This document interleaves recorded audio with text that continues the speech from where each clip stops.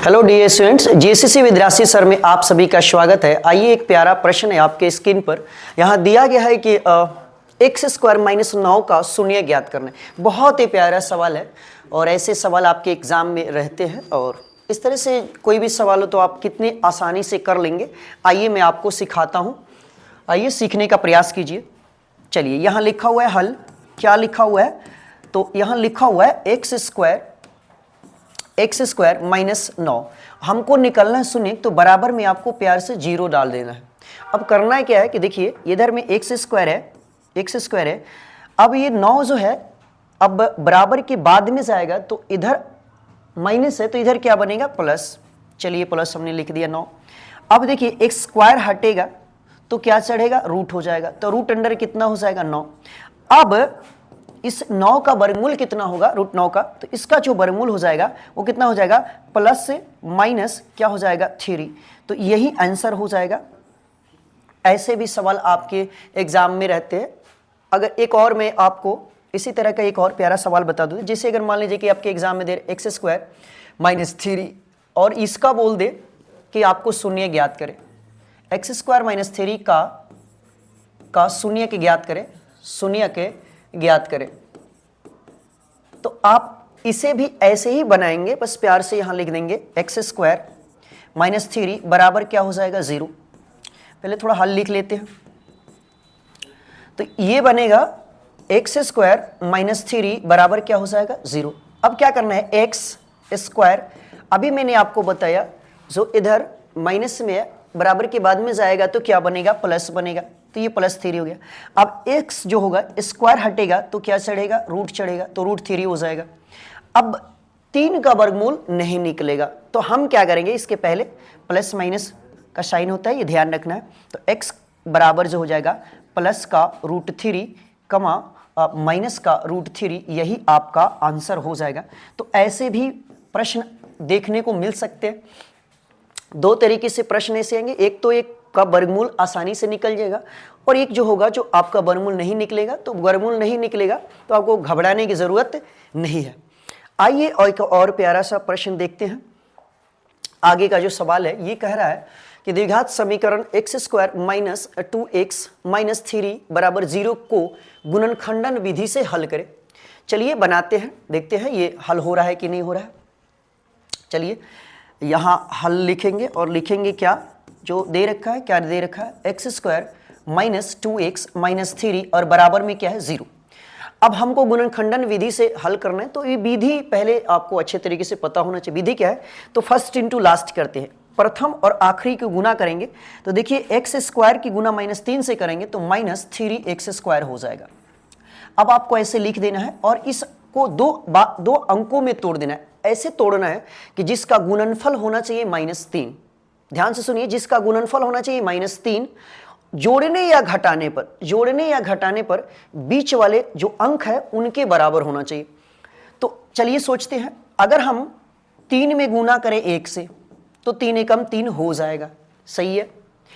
अब सोचना है कि देखिए क्या चाहिए, तो माइनस का 2 चाहिए, -2x चाहिए और एक्स स्क्वायर भी मांगना है तो यहां x लिखेंगे, फिर यहां से x लिखेंगे। देखिए 3 में 3 से गुना करेंगे 3 हो जाएगा, x में 1 से गुना करेंगे एक्स स्क्वायर, ये तो हो गया।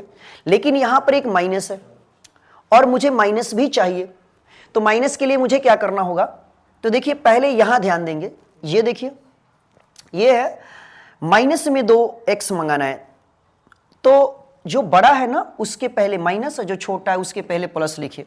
और देखिए माइनस में प्लस से गुना करेंगे माइनस आएगा, 3 में 1 से गुना करेंगे 3 हो जाएगा, x में 1 से गुना करेंगे एक्स स्क्वायर हो जाएगा। अब देखिए ये माइनस में ये प्लस में है, तो प्लस माइनस में प्लस अगर जुटेगा तो कितना हो जाएगा माइनस का 2x हो जाएगा। यानी इसका मतलब है हमने अच्छा सोच लिया।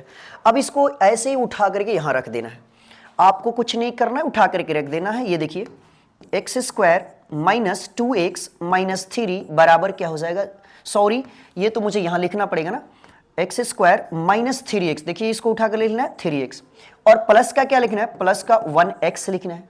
और क्या पहले से यहां 3 है तो इसको ऐसे लिख देना है बराबर का 0।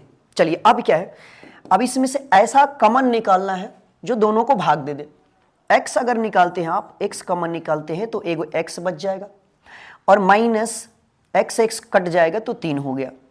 चलिए, और यहां से ऐसा क्या निकाले, कौन सा अंक निकाले, मैंने कॉमन ले जिससे एक भी कट जाए 3 भी कट जाए। तो एक ही ऐसा पहाड़ा है, एक में आपका 1 भी आता है और 3 आता है, तो लीजिए +1 हमने निकाल लिया, एक से एक कैंसिल हो जाए, x हो जाएगा, -3 एकम 3। चलिए हो गया, दोनों बराबर है, सही है। अब क्या करेंगे, x + 1 एक साथ और इंटू x - 3, ये दोनों में से किसी एक को आपको उठा लेना है, ले लेना है, बराबर क्या हो जाएगा 0। अब क्या करना है, x + 1 बराबर 0, कमा x - 3 बराबर क्या हो जाएगा 0। अब x का मान कितना हो जाएगा, तो देखिए इधर प्लस में है तो इधर आएगा माइनस, तो -1 हो जाएगा, कमा इधर x बराबर कितना हो जाएगा, देखिए इधर माइनस में उधर जाएगा तो क्या होगा प्लस में। तो अब क्या करेंगे, अतः जो हमारा मूल था, अतः मूल्य x से बराबर क्या होगा, तो -1 कमा +3 यानी 3, ऐसे भी आप लिख सकते हैं, प्लस नहीं लिखे फिर भी वो प्लस होता है। तो ये ध्यान रखेंगे, आपका यही आंसर हो जाएगा। तो मूल आपका कितना हो गया, तो ये मूल हो गया, मूल x बराबर -1, 3, यही आपका क्या हो जाएगा, आंसर आ जाएगा। तो ये ध्यान रखेंगे, ऐसे गुणनखंडन विधि से भी प्रश्न आते हैं, ध्यान रखेंगे। फिर चलिए अगला सवाल देखते हैं। अगला सवाल क्या है, तो अगला सवाल है कि द्विघात समीकरण 2x - 7x² + 3 बराबर 0 के मूलों का अस्तित्व हो। बड़ा प्यारा प्रश्न है, इसमें एक कह रहा है कि मूलों का अस्तित्व हो तो उन्हें ज्ञात करें। चलिए जो लिखा हुआ है उसको पहले लिखते हैं। तो हल यहां क्या लिखेंगे, तो लिखा हुआ है कि 2x - 3x² + 3 और बराबर क्या है 0। पहले क्या करेंगे, देखिए द्विघात समीकरण है तो पहले बड़ा पावर है उसको पहले लिख लेते हैं। तो ये लिखेंगे -7x² प्लस क्या लिखेंगे 2x, अब प्लस क्या लिखेंगे 3 बराबर क्या हो जाएगा 0। देखिए घटते क्रम में पहले सजा लीजिए, अच्छा रहेगा। तो ये हो जाएगा -7x² प्लस 2x और +3 बराबर क्या हो जाएगा 0। अब क्वेश्चन में बोल रहा है कि मूलों का अस्तित्व हो तो उन्हें ज्ञात करें। आपको पता होना चाहिए कि मूलों की अस्तित्व के लिए हमें विवेचक निकालना होता है। तो विवेचक का जो फॉर्मूला है उसे लगाएंगे। तो a बराबर पहले लिख दें, a बराबर x² के पहले जो है वो -7a हो जाएगा। b कितना होगा, तो b हो जाएगा 2 और c कितना हो जाएगा 3। अब हमको निकालना है d, तो d बराबर जो फॉर्मूला होता है b² - 4ac। चलिए b का मान कितना है, तो b हमारा 2 दे रखा है तो मैं 2 लिखूंगा, 2 का स्क्वायर हो जाएगा -4 गुना a का मान कितना है, तो गुना -7, देखिए -7 माइनस लिखना नहीं भूलिएगा नहीं तो गलत हो जाएगा, इनटू क्या है c का मान कितना है, तो 3, हमने 3 लिख दिया। अब क्या होगा, 2 का स्क्वायर कितना होता है 4। चलिए माइनस में माइनस से गुना करते तो क्या होता है प्लस हो जाएगा। अब कितना हो जाएगा, 4 में 7 से गुना कीजिए तो कितना हो जाएगा 7 चौका 28 और 28 में 3 से गुना कीजिए तो 28 में जब आप 3 से गुना करेंगे तो 8 तिरका 24 के 4, हाथ में लगा आपका 2 2 3 6 और 2 कितने होंगे 8 यानी 84 और 84 में 4 जोड़िए तो कितना हुआ 88।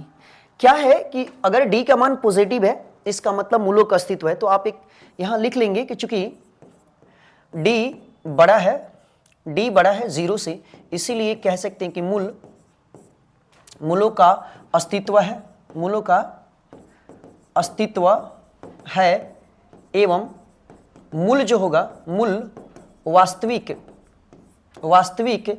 एवं असमान होगा, मूल वास्तविक एवं असमान होगा। ध्यान रखेंगे, मूल वास्तविक एवं असमान होगा। अब क्या करेंगे, अब x का ये मूल x बराबर ऐसे लिख लीजिए, मूल x से बराबर फॉर्मूला होता है -b ± √d/2a। चलिए लिखते हैं, -b की जगह पर क्या लिखेंगे आप, -b की जगह पर 2 लिखना है तो -2 लिखेंगे +√d। चलिए d कितना है, तो d का मान हम अभी ज्ञात किए हैं 88 है तो 88 लिख देंगे। और बट्टा में क्या होगा, तो बट्टा में लिखा है 2 गुना a आपका कितना है, तो a आपका दे रखा है -7 तो यहाँ आप -7 लिख देंगे। कितना हो जाएगा -2 प्लस माइनस रूट अंडर कितना हो जाएगा 88, ऐसे लिख लीजिए क्योंकि 88 का वर्गमूल नहीं निकलेगा। जब वर्गमूल नहीं निकलेगा तो आप ऐसे छोड़ सकते हैं। 7 दूनी कितने हो जाएगा, तो -14। यही आपका क्या हो जाएगा, आंसर हो जाएगा। तो ऐसे भी आपको सवाल देखने को मिल सकते हैं। तो इसे आप देखें अच्छे तरीके से, ऐसे बहुत सारे सवाल आते हैं। ध्यान रखना है एक चीज़ कि आपको अंक बदले जाएंगे। जब भी आपको मूलों का अस्तित्व कहता है ज्ञात करने के लिए, तो आपको ये सबसे पहले डी ज्ञात करना है, यानी विवेचक निकालना है। डी ज्ञात करने के बाद में आपको पता चल जाएगा कि डी का मान पॉजिटिव है, निगेटिव है या जीरो है। यदि पॉजिटिव है तो आपका मूल निकलेगा, जीरो है तो मूल निकलेगा। लेकिन अगर मूल जो है डी जो है निगेटिव हो गया तो आपका मूल नहीं निकलेगा, उस समय उसका मूलों का अस्तित्व नहीं होता है। चलिए देखिए, बहुत बहुत धन्यवाद।